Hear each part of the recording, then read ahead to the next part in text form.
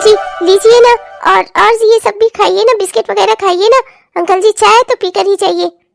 अरे नहीं नहीं बेटा, बस बहुत हो गई खातिरदारी। अच्छा बहन जी, मैं चलता हूँ। मेरी वाइफ ने आपको बता ही दिया है लड़की कैसी है, पढ़ी लिखी है, संस्कारी है। भाई दान दहेज का मैं जितना बता सकता था उतना मैंने आपको बता दिया। अब आपकी उम्मीद अगर इससे ज्यादा है तो फिर मैं क्या ही कहूँ। आपको washing machine, AC, fridge, cooler, TV सब कुछ चाहिए, और आपको साथ में एक बड़ा फ्लैट भी चाहिए लखनऊ में। तो अब ऐसा रिश्ता तो फिर भाई मुश्किल है। और लड़की के घर वाले जितना दे सकते हैं उतना तो मैंने आपको बता दिया। बाकी लड़की पढ़ी लिखी है, समझदार है, और इतना दान दहेज भी मिल रहा है। मैं तो कह रहा था कि ये रिश्ता कर ही ले आप। अब जैसी आपकी इच्छा होगी, मेरा तो काम है रिश्ते बताना लोगों को। ठीक है बहन जी, मैंने आपको जो आपके लायक समझा बता दिया, अब आगे आपकी मर्जी। हाँ हाँ ठीक है भैया, ठीक है। और कोई अच्छा रिश्ता होगा तो बताना। लखनऊ में फ्लैट वाली बात याद रखना मेरी। हाँ ठीक है। वैसे भी मेरा लड़का अच्छा कमाता है। अरे 60,000 तनख्वाह है मेरी बेटी की, प्राइवेट जॉब है तो क्या हुआ, 60,000 तनख्वाह है। और मोहल्ले में जिनकी 40,000 है ना, उनको भी ये सब कुछ मिल जा रहा है। तो मेरा बेटा तो अच्छी सैलरी पे काम कर रहा है। अच्छा भाई साहब देखिएगा, कोई ऐसा रिश्ता हो तो बताइएगा। ऐसा रिश्ता ठीक है बहन जी, वैसे मुश्किल ही समझो। अरे मुश्किल मुश्किल कुछ नहीं होता, करने की बस बात होनी चाहिए। अच्छा अच्छा ठीक है बहन जी, मैं देखूंगा। चलो भाग्यवान, चलते हैं यहाँ से, चलो। बड़े आए हैं, भिखारियों के घर का रिश्ता ही लेकर आता है ये आदमी मेरे बेटे के लिए। जानते हैं ये लोग मेरे परिवार से। और तू महारानी, इतना सारा चाय नाश्ता, इतना सारा खाना, गुलाब जामुन वगैरह ये सब खिलाने की लोगों को क्या जरूरत थी? हाँ बहुत ज्यादा मेहमान नवाजी आ रही थी। अरे अपना तो कुछ लेकर आई नहीं है, जो मेरे बेटे बना रहे हैं उसको भी लुटा दे सब। बेकार के मेहमानों को इतना सारा खिला दिया इसने। बिल्कुल बकवास लड़की है। अरे मेरी बात सुन लिया कर, मुझसे पूछ लिया कर, तब लेकर आया करना। कोई भी आएगा अगर तो कह रहा सबको खिलाती चल। यहाँ दान का भंडारा चल रहा है ना, तेरे बाप ने खुलवाया है उसे। अपना तो हाथ चलाती हुई आ गई, इस घर में ठूसी रही है। और भी जो आए भिखारी उनको भी खिलाती जा, सब तेरे रिश्तेदार जो लगते हैं। बढ़िया आई है, मेहमान नवाजी करेगी, मेहमान नवाजी। हट मेरे सामने से, जब ये सब लेकर। अरे काकी, हमने तो बहुत ही अच्छी लड़की का रिश्ता बताया है आपके छोटे बेटे के लिए, अनुज के लिए। प्रिया जैसी लड़की आपको दूसरी नहीं मिलेगी। बहुत ही पढ़ी लिखी और समझदार बच्ची है। बस दान दहेज की ही बात है, उनके घर से ज्यादा दान दहेज नहीं मिल पाएगा आपको, क्योंकि आप तो जानती ही है ना, लड़की के माँ बाप बहुत गरीब है, गरीब खानदान से है वो। पर लड़की है बहुत अच्छी, सुंदर भी है, पढ़ी लिखी है, समझदार है। अब दान दहेज नहीं मिल पाएगा बस, बाकी तो सब कुछ बढ़िया है। अब आप ही सोच लो, जैसे आपकी बड़ी बहू है कितनी अच्छी है, वैसे ही आपको छोटी बहू भी मिल जाएगी तो आपकी खूब सेवा होगी। अरे अल्पना, जाने भी दो। मुझे ये मत बताओ कि मेरी बड़ी बहू कैसी है। दूर के ढोल ना सबको सुहावने लगते हैं। बड़ी समझदार है वो, बड़ी पढ़ी लिखी, बड़ी अच्छी है। उसको तो मैं ही झेल रही हूँ, मैं ही जानती हूँ। उसकी जैसी मैं दूसरी बहू लेकर नहीं आऊंगी जो मेरे घर में हाथ झुलाती हुई चली आए और बिना 1 रुपया दान दहेज में भी ना लाए। देख रही हूँ यहाँ मोहल्ले में सबको खूब दान दहेज मिल रहा है, और फिर मेरे तो बच्चे दोनों काबिल भी हैं। बड़े बेटे की शादी तो जल्दीबाजी में मेरे पति ने ऐसे कर दी कि उसकी बहू आ गई बिना कुछ लिए दिए। पर अब छोटे बेटे के मामले में मैं ये गलती नहीं करूंगी। अब मैं छोटे बेटे की शादी तो खूब देख समझ कर करूंगी। जो लड़की दान दहेज लेकर आए मेरा पूरा घर भर जाए, ऐसे ही किसी भिखारी के घर से नहीं करूंगी मैं। हाँ नहीं तो। एक बात कहूंगी काकी, बुरा मत मानिएगा। जिंदगी में या तो दान दहेज ही मिलेगा या तो फिर अच्छी समझदार लड़की ही मिलेगी। अब आप चुन लो कि आपको क्या चाहिए। गलत बोल रही हो तुम। बात ये है ना कि जिंदगी में एक दान दहेज वाली लड़की होती है अच्छी, और दूसरी होती है बिना दान दहेज की आई हुई भिखारी की घर की बेटी जो किसी काबिल नहीं होती। हाँ नहीं तो। मुझे पता है बड़े बेटे की शादी जिस तरह से हो गई ना, देख तो रही हो, तुम्हें बड़ी अच्छी लग रही है ना मेरी बड़ी बहू। देख लो इतना देर हो गई तुम दोनों के यहाँ बैठे हुए, अब तक चाय पानी लेकर नहीं आई वो। तुम दोनों के जाने का भी समय हो गया, एक गिलास पानी तक को नहीं पूछा उसने तुम दोनों को। बड़ा उसकी तारीफों के पुल बांध रही हो दो की दोनों। हाँ नहीं तो। मैं जानती हूँ ना कि कैसी है वो, तुम लोगों को तो अच्छी लगेगी, तुम लोगों से मीठी मीठी बातें जो बोलती है वो।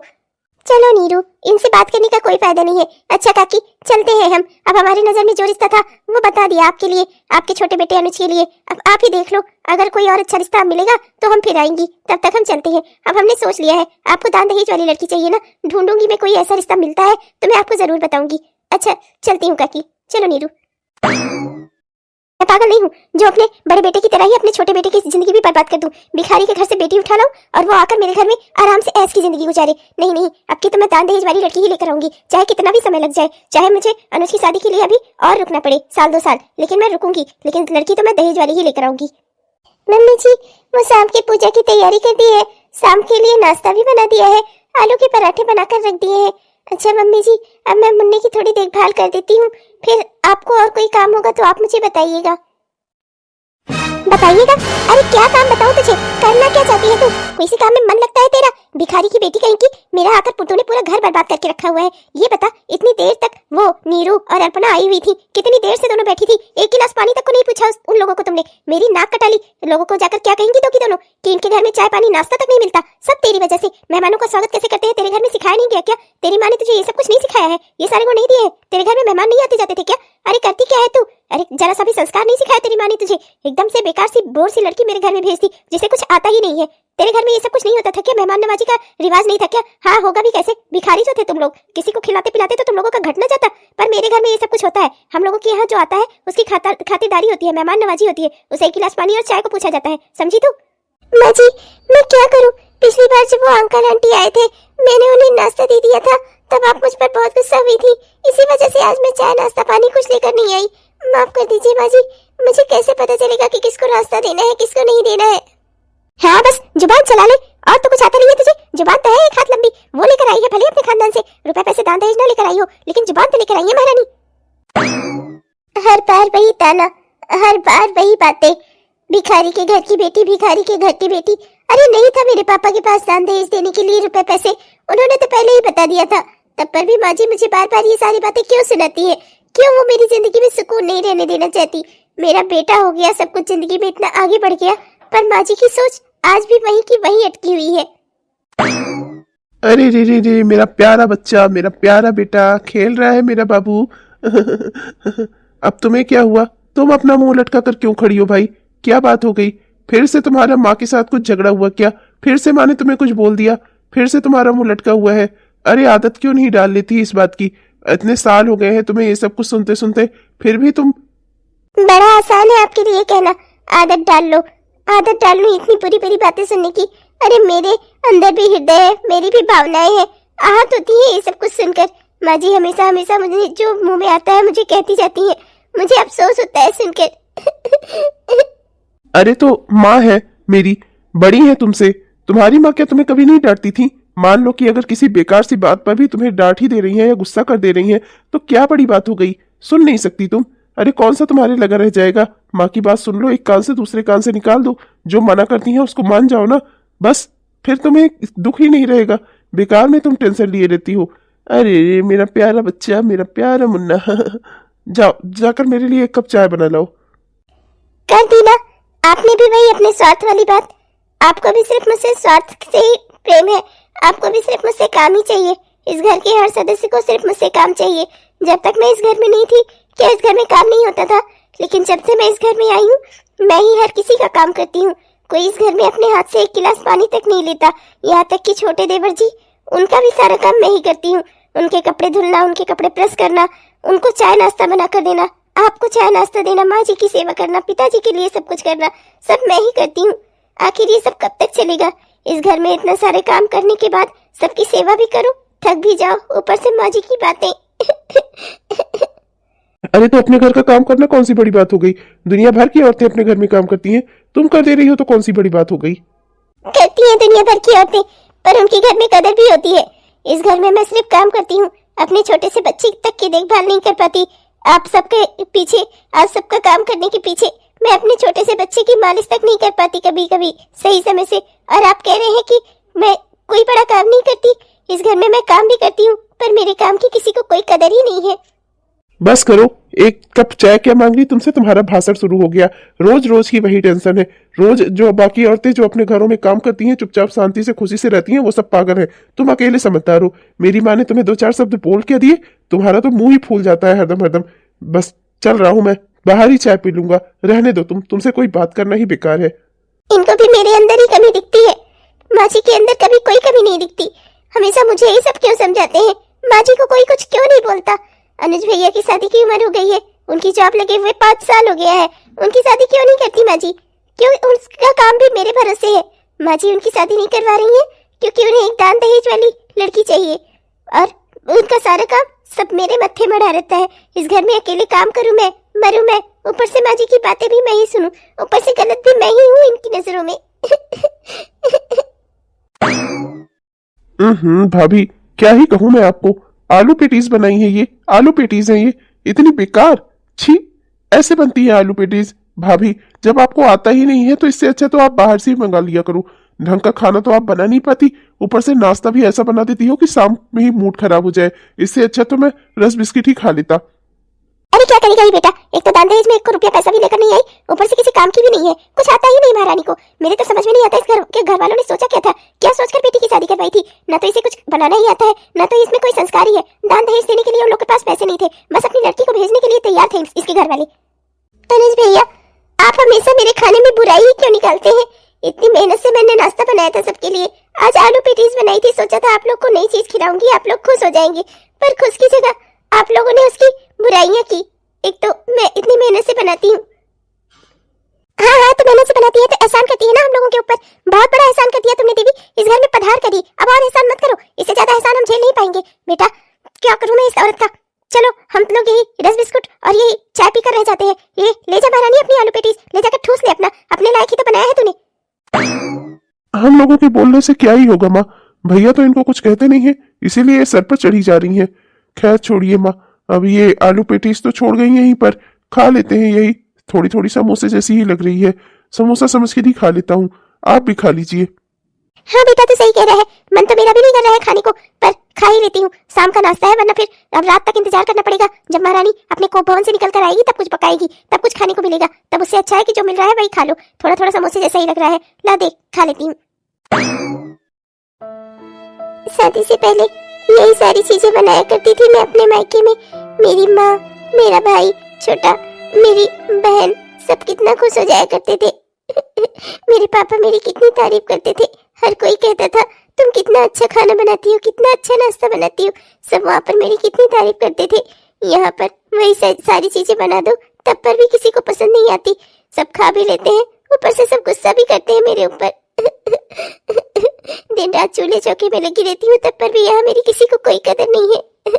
सुबह से शाम होने को आई, आज मैंने कुछ खाना भी नहीं खाया है, पर किसी को भी फिक्र नहीं है कि मैंने कुछ खाया नहीं है। दिन रात घर में काम में लगी रहूं, चाहे मैं अपना खाए भी नहीं मर जाऊं, किसी को कुछ नहीं पड़ी है मेरी। अपने बेटे की वजह से ही जिंदा हूँ मैं इस घर में, वरना इस घर को तो छोड़कर चले जाने का मन करता है मेरा। अरे मेरे बच्चे, मैं बस यही खाना लाने गई थी, सुबह का खाना तो मैं खा ही नहीं पाई, यही शाम का दाल चावल ही अभी अभी बनाया है तो अभी अभी लेकर आ रही हूँ, थोड़ा सा खा लेती हूँ कुछ, वरना रात हो जाएगी, मैं बिना खाए पिए ही रह जाऊंगी। सुबह से तो कुछ खाया नहीं, किसी को मेरी पड़ी भी नहीं है। बेटा शांत हो जाओ तुम, मैं बस 2-4 और ही खा लूं। लो बेटा तुम दूध पियो, तब तक मैं कुछ खा लेती हूँ। सुबह से अभी जा रहा है अन्न मेरे मुंह में, पर किसी को मेरी कोई फिक्र नहीं है। अरे करम चली नाश पीटी, ये दाल बनाई है तूने, इतना मिर्चा डाल दिया इसमें, अरे जल्दी से 1 गिलास पानी लेकर आ, मेरे तो जान निकल जा रही है, सारी दुश्मनी ये आज ही निकाल लेगी, इतना मिर्चा डाल कर दी गई है दाल, हे भगवान क्या ही करूं मैं इस औरत का, ये तो मुझे परेशान करके छोड़ेगी। आई आई अभी आई मम्मी जी।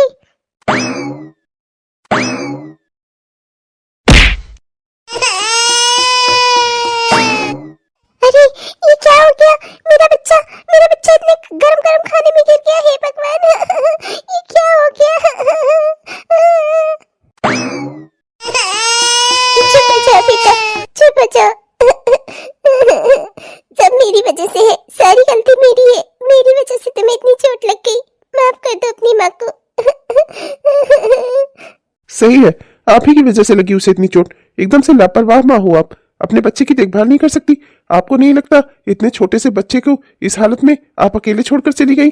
अरे बच्चा कितना जल गया है, अभी कोई भयंकर घटना भी हो सकती थी, छोटे से बच्चे का हाथ पांव जब जलता है तो कितनी दिक्कत होती है उसे, आपको क्या पता। कैसी माँ हो आप, अपने इतने छोटे से बच्चे की देखभाल नहीं कर सकती?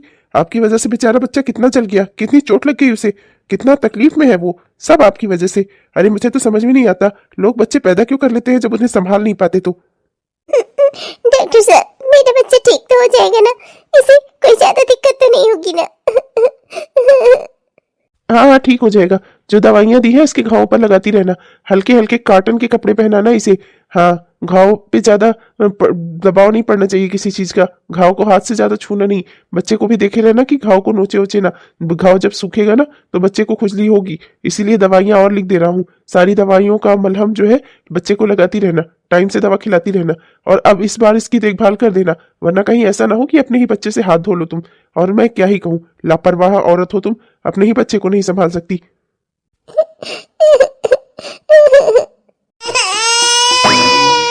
अरे रे मेरा प्यारा बच्चा, ठीक तो है ना बेटा? कुछ हुआ तो नहीं इसे? अरे पागल हो क्या तुम? जला दिया तुमने बच्चे को, एकदम से लापरवाह औरत हो। माँ बिल्कुल सही कहती है तुम्हें, तुम किसी लायक नहीं हो, किसी काम की नहीं हो तुम। इतने छोटे से बच्चे की देखभाल नहीं कर पाई तुम, जला दिया इसे तुमने। हाँ, जला दिया मैंने इसे। मेरा मन कर रहा था मेरे बच्चे को जला हुआ होना चाहिए, इसीलिए जला दिया इसे मैंने। दिन रात घर में बैठी जो रहती हूँ, मेरे दिमाग में ख्याल आ रहा था कि अपने बच्चे को जला दूं, इसलिए जला दिया इसे मैंने। मैं इसकी दुश्मन जो हूँ, मैंने इसे अपने कोख से थोड़े पैदा किया है, मैं तो इसे खरीद कर लाई हूँ ना बाजार से, इसलिए जला दिया मैंने इसे। बकवास बंद करो। एक तो बच्चे की देखभाल नहीं कर पाई तुम, तुम्हारी वजह से इसे कितनी जलन हो रही है, कितना चोट लगा है, कितनी तकलीफ में है, ये रो रहा है। अपने बच्चे की ऐसी हालत देखकर मेरा कितना खून खोल रहा है, समझ सकती हो तुम? अगर कोई और होता ना तो मैं उसकी वो हालत करता ना कि वो जिंदगी भर याद रखता। अब तुम्हें लेकिन मैं क्या कहूँ, बच्चे की माँ हो लेकिन जरा सी भी अकल नहीं है तुमने। इतना गर्म खाना बच्चे के पास रख के क्यों गई थी तुम? हाँ, क्यों गई थी? बच्चे की देखभाल करना नहीं आता तुम्हें? जब पहले बच्चे की देखभाल करना सीख लेती फिर।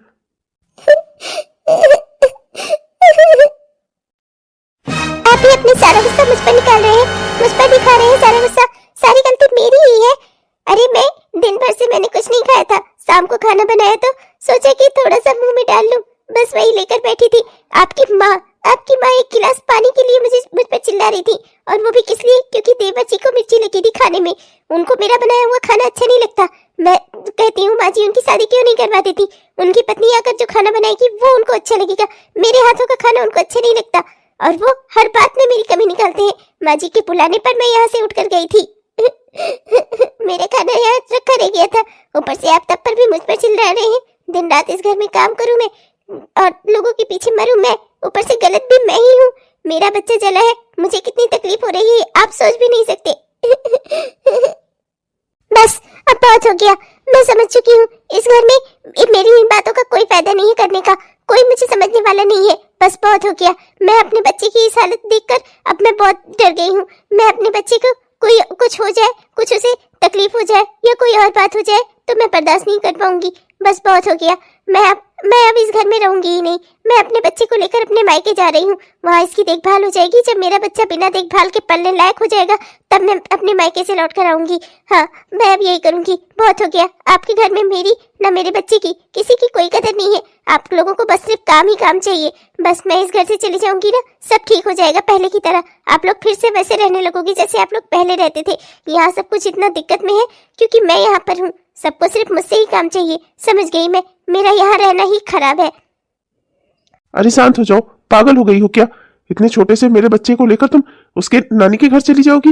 अपने बच्चे के बिना रहूंगा मैं? तुम्हारा दिमाग खराब हो गया है? अरे हम कोई दूसरा रास्ता निकालते हैं। मानता हूं कि इस घर में तुम्हारे अकेले होने की वजह से काम बहुत बढ़ जाता है तुम्हारे ऊपर, समझता हूं मैं, लेकिन उसका कोई और रास्ता भी तो होगा। अब माँ को मैं क्या ही समझाऊं, वो दान दहेज वाली लड़की के चक्कर में है, वरना अब तक तो अनुज की शादी हो भी गई होती। पर अब मैं क्या ही कहूँ माँ को तो मैं समझा नहीं सकता। पर हम कोई दूसरा रास्ता निकालेंगे ना, तो हम शांति से बैठकर बात कर सकते हैं ना आपस में। मानता हूँ तुम्हारे ऊपर गुस्सा करके मैंने गलती की, मुन्ना तुम्हारा भी तो बच्चा है, पर हम इसका कोई और हल निकालेंगे। शांत हो जाओ पहले तुम। क्या हल निकालेंगे आप? हाँ, क्या हल निकालेंगे? कोई हल है इस बात का?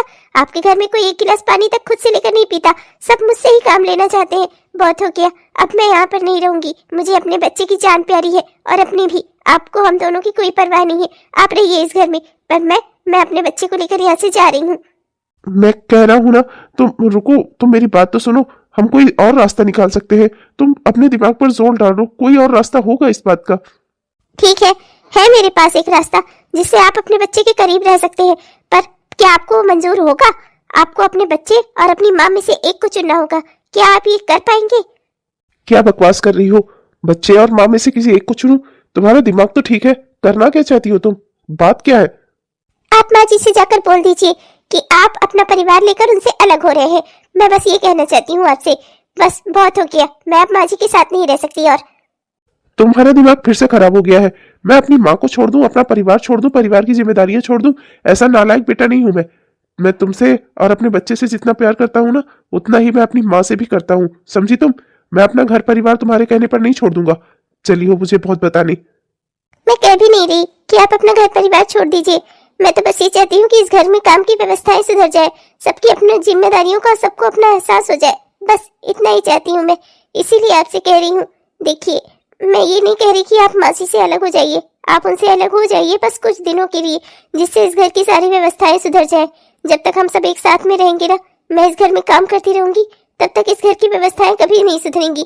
कभी भी माँ जी को, देवर जी को कभी ये ख्याल नहीं आएगा कि आपके एक छोटा सा बच्चा भी है, उसकी भी देखभाल होनी चाहिए, मेरी भी देखभाल की जरूरत होती है। ये सब कभी किसी को समझ में नहीं आएगा। मैं बस ये कह रही हूँ जिससे सबको अपनी अपनी जिम्मेदारियों का एहसास हो। आप नहीं चाहते कि सब अपनी जिम्मेदारियां उठाएं और अनुज भैया की शादी हो जाए, आप नहीं चाहते ये, और ये सब तभी संभव है जब आप कुछ दिनों के लिए ही सही पर माँ जी से अलग हो जाइए। तो मतलब कि तुम चाहती हो मैं कुछ दिनों के लिए माँ से अलग हो जाऊं? मैं माँ से कुछ दिनों के लिए अलग हो जाऊं, ये कह रही हो ना तुम? बाद में तो सब ठीक हो जाएगा ना, बाद में हम सब फिर से एक हो जाएंगे ना। तुम हमेशा के लिए तो नहीं अलग हो रही हो ना? नहीं, पर ये बात सिर्फ आपके और मेरे बीच रहनी चाहिए। माँ जी को यही लगना चाहिए कि हम लोग हमेशा के लिए उनसे अलग हो रहे हैं। देखिए, घर की व्यवस्थाओं का सुधरना बहुत जरूरी है। मेरे मुन्ने के जिंदगी का और उसके भविष्य का सवाल है, इसलिए मुझे ये सब करना पड़ रहा है। जब तक मुन्ना हमारी जिंदगी में नहीं था, जैसे तैसे करके मैंने सब कुछ झेला है, पर अब मैं चाहती हूँ मेरे बच्चे को उसकी पूरी देखभाल मिले, इसीलिए मैं आपसे कह रही हूँ। और अनुज भैया की शादी भी हो जाएगी इसी बहाने, वरना माँ जी जिंदगी भर ज्यादा और ज्यादा दहेज के चक्कर में हमेशा उनको वैसे ही रखेंगी, और मैं चाहती हूँ कि ये सारी चीजें सही हो जाए। इसके लिए ये जरूरी है कि आप माँ जी से बात करिए, उनसे कहिए कि आप उनसे कुछ दिनों के लिए अलग होना चाहते हैं। नहीं, आप उनसे ये मत कहिएगा कि कुछ दिनों के लिए, आप उनसे ये कहिए कि आप उनसे अलग हो रहे हैं, बस कुछ दिनों के लिए अलग हो रहे हैं। ये बात सिर्फ आपके और मेरे बीच होनी चाहिए, और कहीं किसी को नहीं पता चलना चाहिए, अनुज भैया को भी नहीं। ठीक है, मैं अभी माँ से बात करता हूँ। लो जी सुनो, अपनी बड़ी बहू की बहुत तारीफें किया करते थे ना, बहुत संस्कारी घर से लेकर आए थे ना। लो सुनो, संस्कार महारानी के, बंटवारे की बात कर रही है। अपने पति को अपने बच्चे को लेकर अलग होना चाहती है हम सबसे। बहुत अच्छे संस्कार है उसके, बहुत अच्छे संस्कारी परिवार से लेकर आए थे, बिना दान दहेज के लेकर आए थे। हमेशा कहते रहते थे बहुत संस्कारी लड़की लेकर आया हूँ, बहुत संस्कारी लड़की लेकर आया हूँ। देख लेना बुढ़ापे में एक दिन अनुज की माँ, तुम्हें इसी के हाथ से रोटी मिलेगी। देख लिया मैंने, बहुत हो गया, बहुत अच्छे परिवार से लड़की लाए थे ना। लो भुगतो। माँ, अब जो भी है सारी स्थिति आपके सामने है। मेरे बच्चे का आज हाथ पांव चल के उसकी तबीयत कितनी खराब हो गई, कितना जलन हो रही है, उसे कितना रो रहा है मेरा बेटा। मैं उसे इस हालत में नहीं देख सकता। अपने बच्चे के लिए अगर मुझे जो भी कदम उठाना पड़े तो मैं उठाऊंगा माँ। इसीलिए मैं अब इस घर परिवार से अलग होना चाहता हूँ, क्योंकि आप लोगों को अपनी जिम्मेदारियों का एहसास नहीं है। इस घर में कोई भी अपनी जिम्मेदारी नहीं समझता। हर कोई सारा काम का बोझ सिर्फ आंचल के ही सर पर डाले रखता है। इसीलिए मैं आंचल को लेकर और अपने बच्चे को लेकर आप सबसे अलग हो रहा हूँ माँ। माफ करना मुझे माँ। वैसे अंकुश ये बात सही कह रहा है। अंकुश की माँ, तुम ना सारी जिम्मेदारियां, सारा काम का बोझ सिर्फ अकेले आंचल बहू के ही कंधे पर डाले रखती हो। तुमने आज तक अनुज की शादी नहीं करवाई, और ज्यादा दहेज के चक्कर में इसको इसी तरह रखा हुआ है। 5 साल हो गए हैं इसकी नौकरी को लगे, ना ही तुम ही किसी काम में बेचारी का हाथ बटाती हो। दिन रात तो काम में लगी रहती है वो। बात तो सही है, आज उसके बच्चे के हाथ पांव जल के मेरा पोता इतना दुख में है, मुझे भी बहुत दुख हो रहा है। और अगर इन सब व्यवस्थाओं को सुधरने का एक ही रास्ता है कि हम सब आपस में एक दूसरे से अलग हो जाए, तो मुझे नहीं लगता कि इसमें कोई दिक्कत की बात है। अलग हो जाने दो अंकुश को, आंचल को। हाँ हाँ, मैं कौन सा रोक रही हूँ, हो जाए अलग। वैसे भी वो कर्मजनी है ही किस काम की, कोई काम तो वो कर नहीं पाती, बस झूठे काम का ढिंढोरा पीटे रहती है कि मैं काम करती हूँ, मैं काम करती हूँ। कोई काम नहीं होता उससे, ढंग से खाना तक बनाना तो आता नहीं। पता नहीं क्या ही खिलाएगी अपने परिवार को। ठीक है, पर मेरा क्या जा रहा है, मुझे बस अपने पोते का दुख हो रहा है। पता नहीं कैसे पलेगा वो बेचारा। मेरे अंडर में था तब मैं उसकी देखरेख कर दिया करती थी, अब अपने पास ले जाएगी वो। एक बार तो उसने उसे जला दिया है, अब आगे पता नहीं क्या करेगी, पका कर खा ही ना जाए मेरे पोते को। मैं क्या ही कहूँ इस औरत का। लेकिन अब जब मेरे खुद के बेटे का मन है अलग होने का, तो मैं उसे नहीं रोकूंगी। बस एक बात अच्छे से समझ लेना, तेरी पत्नी कुछ लेकर नहीं आई थी, इसलिए मैं उसे इस घर से एक सामान नहीं ले जाने दूंगी। समझा तू? और तू अच्छे से समझ ले, वो ऊपर वाला पोर्शन तेरा है, तेरा कमरा तेरा है, और वो उधर वाला किचन भी तेरा है। अपना जिस हिसाब से मन करे सामान लाकर जुटा और सेट कर। मुझे कुछ नहीं लेना देना तुम लोगों से, ना मैं एक पैसे का सामान तुम दोनों से लूंगी, और ना ही अपने घर से एक पैसे का सामान तुम दोनों को दूंगी। ठीक है माँ, जैसी आपकी इच्छा। अपने पत्नी की और अपने बच्चे की जिम्मेदारी उठा सकूं, कम से कम इस लायक तो आपने मुझे बनाया ही है। अच्छा माँ, बहुत बहुत शुक्रिया आपका। माफ करना मुझे माँ ये सब करने के लिए, पर मैं क्या करूं, मेरी मजबूरी है। आप लोग भी मेरी पत्नी का सहयोग करते, उसका काम में साथ देते, तो आज सारा परिवार एक होता। पर आप लोगों की वजह से ही ये बंटवारा करना पड़ा मुझे। जरूर का गुलाम नहीं तो कह रहा है कि आप लोगों की वजह से अलग हो रहा हूँ। अरे अलग होने का खुद इस पति पत्नी का मन था। बुढ़ा बुढ़िया इसके काम में खटक जो रहे थे, ये दोनों सेवा थोड़ी करना चाहते थे बुढ़ा बुढ़िया की, इसीलिए हम दोनों को अलग कर दिया। कोई बात नहीं, अब तो मुझे सब कुछ, सारी आस अपने अनुज की बहू से ही है, जो दान दहेज भी लेकर आएगी और मेरी सेवा भी खूब करेगी। अब तो मेरा सब कुछ, सारा जीवन सब कुछ मेरे अनुज पर ही टिका है। मैं तो कहता हूँ अनुज की माँ, कोई अच्छी सी लड़की देख कर ले आओ, दान दहेज के चक्कर में मत पड़ो। मैं फिर तुम्हें समझा रहा हूँ। देखो, बड़ी बहू चाहे जैसी भी थी, आंचल बहू कम से कम हमें बनाकर 2 रोटी तो खिलाती ही थी। तुम उसे 100 बात सुनाती थी। इतने सालों से वो इतनी सारी बातें तुम्हारी सुन रही थी। आज ही वो उसने अलग होने का फैसला किया है, वो भी तब जब उसका बच्चा जल गया। देखो, मैं तो अभी भी कह रहा हूँ, कोई ढंग के घर की लड़की ले आते हैं, सीधे और कम पैसे वाले परिवार की रहेगी तो हमारी सेवा भी करेगी। चुप करिए, बहुत हो गया आपके संस्कार। संस्कार एक बार संस्कारी लड़की लाकर आपका पेट नहीं भरा है। संस्कार के नाम पर खा गई वो हम सबको और हमारे परिवार को तोड़ कर रख दिया उसने, और आप कह रहे हैं कि अब फिर से वही गलती दोहराएंगे। नहीं चाहिए मुझे संस्कारी बहू, आप आपकी बिना संस्कार वाली लड़की ही ले आइए। आकर मेरे घर में वो मेरे साथ अच्छे से रहेगी। मुझे पता है अपनी बहू के साथ मैं खुशी खुशी रह लूंगी। आप मुझे कुछ कहने की, आपको मुझे कुछ सिखाने की जरूरत नहीं है। आपसे मैंने जो कहा है बस आप वही करिए। अच्छे से अच्छा दान दहेज देने वाली लड़की ढूंढिए जल्दी से जल्दी। मैं अनुज की शादी करवाना चाहती हूँ। अच्छा ठीक है भाग्यवान। क्या हुआ, क्या सोच रहे हैं? मुझे पता है माँ जी से अलग होने से आपको बहुत दुख हो रहा है ना? बस कुछ दिनों की बात है, सब कुछ ठीक हो जाएगा। अभी आप देखिए, कल ही आपने अलग हुआ माँ जी से, और माँ जी अनुज भैया के लिए रिश्ता देखना शुरू भी कर दिया उन्होंने। जानती हो, माँ को सुबह ही नाश्ता करने की आदत है। हमेशा तुम मना मना कर दिया करती थी। आज मुझे तो नाश्ता समय से मिल गया। मैं तो ऑफिस के लिए निकल रहा था, मैंने देखा माँ वैसे ही बैठी थी। बस अभी लेकर बैठी थी, ब्रेड व्रेड काट रही थी। अभी वो सैंडविच बनाने वाली थी, बनाने जा रही थी। अभी कोई उस घर में बनाने वाला नहीं है। मेरी माँ भूखी है। ये देखकर ना मुझे बहुत अफसोस हुआ। ऐसा लग रहा था कि जो नाश्ता मैंने खाया है ना, वो मुझे पचेगा ही नहीं, हजम ही नहीं होगा मेरे। बहुत अफसोस हुआ मुझे। मैं जानती हूँ, पर चिंता मत करिए, सब बस कुछ दिनों की बात है। क्या करूँ माँ जी, अगर वैसे ही समझ जाती सारी बात ना, तो मुझे ये सब करने की जरूरत ही ना पड़ती। पर माँ जी हमारी बात नहीं समझेंगी ना, इसलिए मुझे ये सब कुछ करना पड़ रहा है। चिंता मत करिए, बस कुछ दिनों की ही बात है, फिर सब कुछ ठीक हो जाएगा। हेलो दोस्तों, आप सबको दिल से मेरा प्यार भरा नमस्कार। कैसे हैं आप सब? उम्मीद तो करता हूँ कि बहुत ही बढ़िया होंगे। दोस्तों, आपने हमारा यह वीडियो पूरा देखा, इसके लिए आपका बहुत बहुत धन्यवाद। दोस्तों, ये हमारी इस कहानी का पहला भाग था। हमारी इसी कहानी का दूसरा भाग कल आपको हमारे इसी चैनल पर देखने को मिलेगा। वीडियो को आप सबने पूरा देखा, इसके लिए आपका बहुत बहुत धन्यवाद। दोस्तों, वीडियो अगर पसंद आया हो तो कृपया वीडियो को लाइक जरूर करिएगा और अपने दोस्तों को, रिश्तेदारों को वीडियो को शेयर भी जरूर करिएगा।